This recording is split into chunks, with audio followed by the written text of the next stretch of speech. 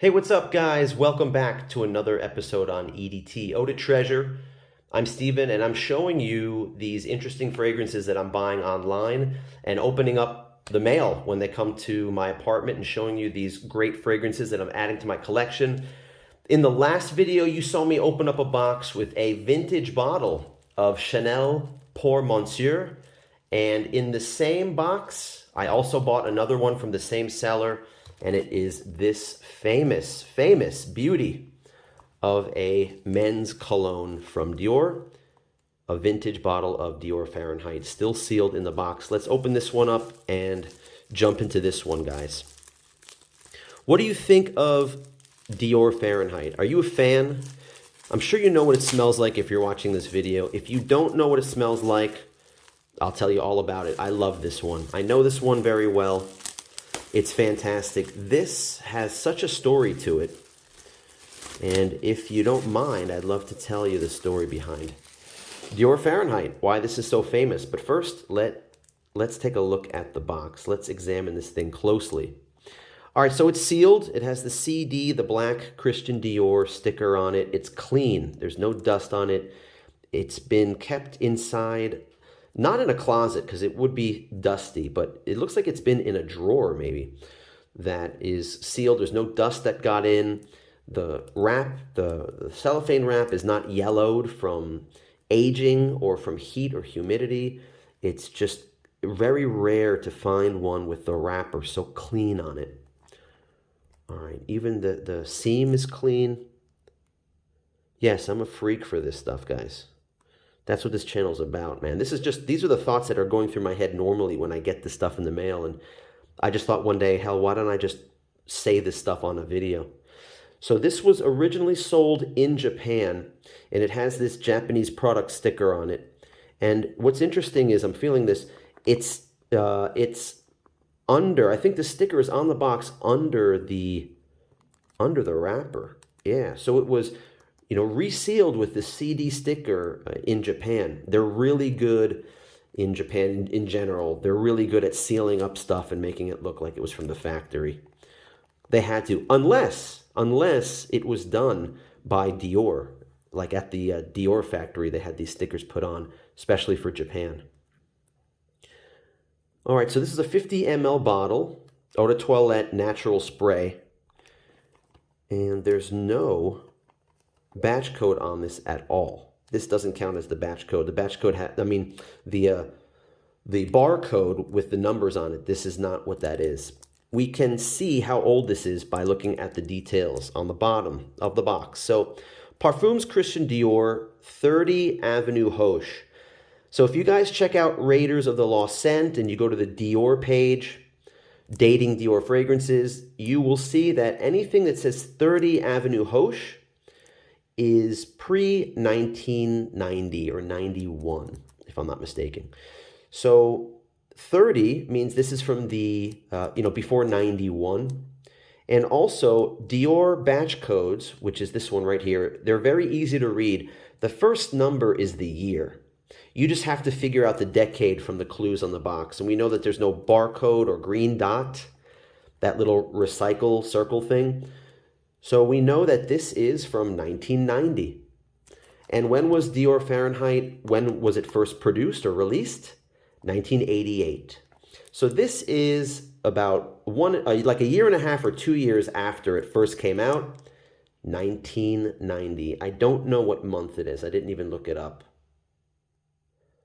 I don't know if the 5 or the 2 tells us anything, but this is definitely a 1990 vintage Dior Fahrenheit, so it probably smells exactly like it was intended to smell. I heard the ones all through the late 80s, the 90s, they smell just as strong as the originals were, but there was some reformulation in the 2000s, I heard, and they changed the cap on the bottle. But the bottle looked the same, and this box is very interesting. So let me tell you about this fragrance. This one has a prominent note that gives off this petroleum gasoline type vibe to it. It doesn't exactly smell like gasoline, but that's what you think of when you smell it. And the reason for that is because they use violet in this. They mix violet and woods together They just found this combination that gives it that gasoline or petroleum scent to it with a mid and a base of musk and leather.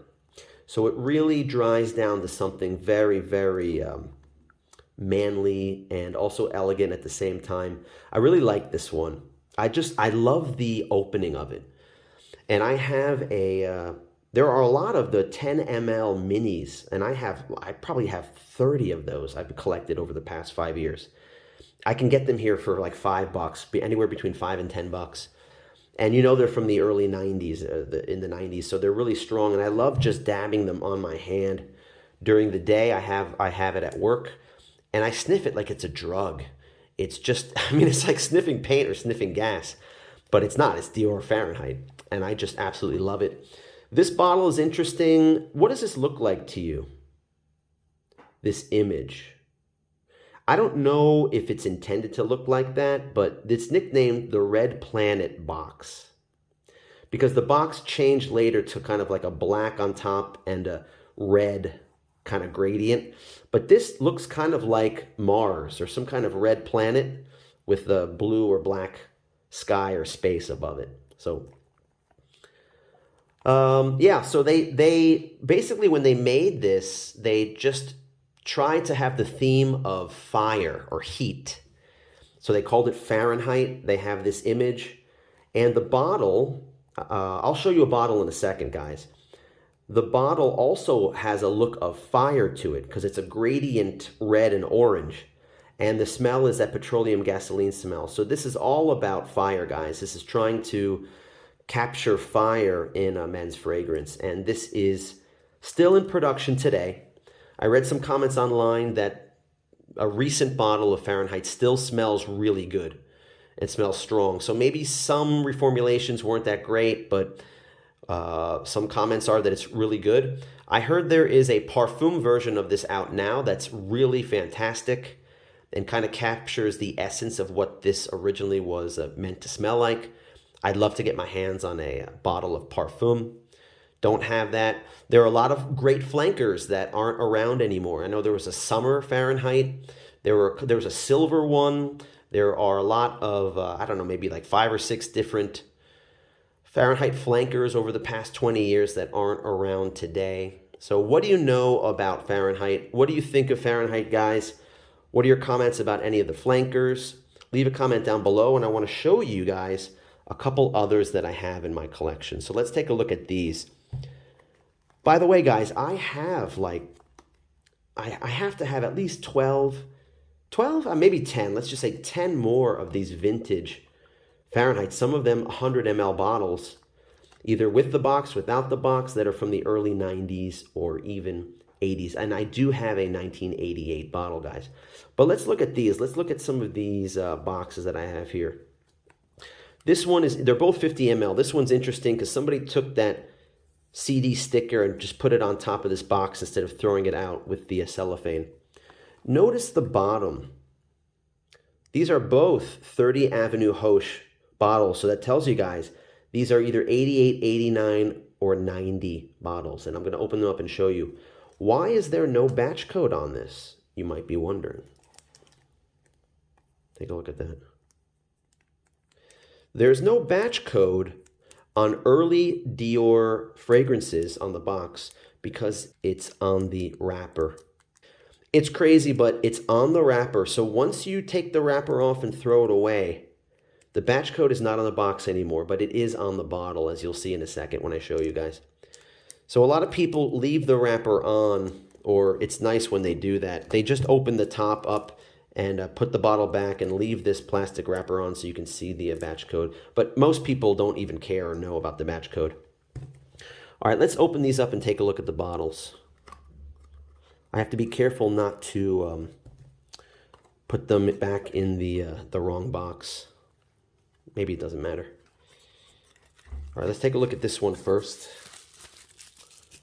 All right, I put that in there just to keep it from rattling around in there. All right, there it is, guys. So remember I told you it's kind of a gradient red and orange. Isn't it beautiful? It's supposed to look like fire, and I think it does. Fahrenheit Eau de Toilette. Something about Fahrenheit that you should know if you care, if you're a collector. The printing on them, the label, is very, very fragile and delicate. And they flake, they get stretched, they rub off very easily. So shaking around inside the box, you can see it has some kind of wear to it.